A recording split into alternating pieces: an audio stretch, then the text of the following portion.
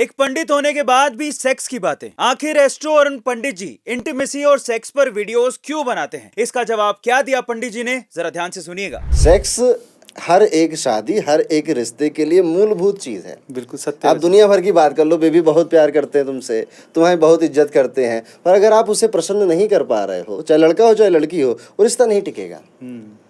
अब आप दुनिया में अच्छा बनने के लिए चाहे कितना कुछ कह लो, पर यही परम सत्य है। क्यों है ये परम सत्य? इसका भी आंसर हमारे शास्त्रों में है। 84 लाख योनियां होती हैं तब इंसान का जीवन मिलता है। इन 84 लाख योनि में आपने एक काम है जो हर योनि में कॉमन किया है, वो है रिप्रोडक्शन।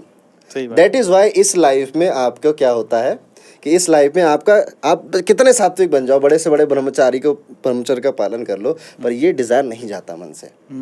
वो सात्विक गुरु या ब्रह्मचर्य पालन कर वाले बोलेंगे नहीं आपसे, पर अट्रैक्ट तो वो भी होते हैं।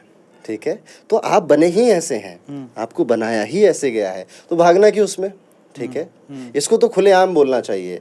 भारत में ये एक शब्द ना बड़ा हुआ है, ठीक है, टैबू बना हुआ बहुत है। अब फॉरेन कंट्रीज में जाए, हंस खेल के बच्चे बातें करते हैं। ठीक है, इसीलिए भारत की मैं किसी टीचर का वो रील देख रहा था, उन्होंने कहा था कि भारत में क्योंकि इस शब्द का बहुत हवा है, आप गली गली मोहल्लों में इकबाल, बाबा बंगाली, इन सब के पोस्टर देख लोगे कि नामर्दी से छुटकारा पाए। ठीक है, क्यों?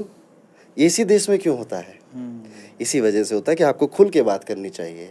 ये आप बनाए ही ऐसे, प्रोग्रामिंग ही ऐसी हुई है। तो मैं भाई जनता के भले में काम कर रहा हूँ, आप उसमें आरोप लगा रहे हो कि ठीक है, आप चाहते हैं कि समाज का भला हो, हर क्षेत्र में हो, और परिवार तो तभी आगे बढ़ेगा जब हम इसकी बात करेंगे, जब हम सेक्स की बात करेंगे। कि आपको कभी इमेज की चिंता नहीं होती कि यार मैं एस्ट्रो और पंडित जी हूँ, कल को मैं इंटीमेसी पे ज़्यादा वीडियो बनाने लग गया तो एक इमेज पोर्ट्रे होने लग जाएगी, भारत है आखिरकार, तो कभी उसकी चिंता नहीं होती? इमेज की चिंता उनको होती है जो कुछ गलत कर रहे होते हैं। ठीक है, जो भी व्यक्ति कुछ गलत करे उसे इमेज की बहुत चिंता होगी कि मेरी इमेज सुधरे, और बेचारे के नसीब में तो कहीं ना कहीं बदनामी आ ही जाती है। तो मैं ऐसा कुछ गलत कर नहीं रहा हूँ। ठीक है, सिंपल सादे से उपाय बता रहा हूँ कि महाशिवरात्रि कब है, सेक्सुअल इंटीमेसी के लिए क्या करना चाहिए, या फिर आपको प्रेम बढ़ाने के लिए क्या करना चाहिए। मैं कोई भ्रम नहीं फैला रहा। मैं कभी नहीं कहता कि पड़ोस वाली आएगी आपकी बाहों में खेलते हुए इन 7 दिनों में। कभी आप मेरे मुंह से नहीं सुनोगे ये, क्योंकि मैं खुद ही नहीं बिलीव करता इस पे कि ऐसा कभी हो सकता है। ठीक है, मैं कभी नहीं कहता कि अपनी सोच से छुटकारा पाएं। ठीक है, आपके पति को अफेयर से वापस लेकर, ये सब फालतू की बातें मैं नहीं करता। मैं करता हूँ बिल्कुल जो चीज़ मैंने पढ़ी है, किसी न किसी किताब में पढ़ी है, या फिर मैंने कहीं ना कहीं अनुभव में प्राप्त करी है। ठीक है, जैसे कुछ टाइम पहले मैं टैरो कार्ड पे यकीन नहीं करता था। मुझे लगता था टैरो कार्ड से कैसे कोई कुछ बता सकता है। हमारा तो जो हिंदू धर्म के विज्ञान रहे हैं, ज्योतिष, अंक ज्योतिष, वास्तु, यही सारे विज्ञान है। टैरो तो विदेशी है। एक दिन मेरा पाला पड़ गया एक टैरो की कार्ड रीडर से। वो थी मेरी स्टूडेंट, वो मुझसे ही एस्ट्रोलॉजी सीख रही थी।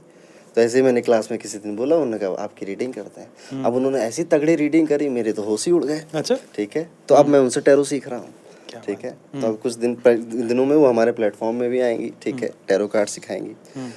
तो अब मेरा अनुभव बदल गया, तो मेरा विचार इसलिए बदल गया। ठीक है, मेरा जब तक अनुभव नहीं था तो मेरा वो विचार था। तो मैं जो बातें करता हूँ तो अनुभव की होती हैं, किताबों की होती हैं। मैं कभी गलत बात नहीं करता, इसलिए मुझे इमेज की इतनी डर नहीं है, चिंता। ठीक है,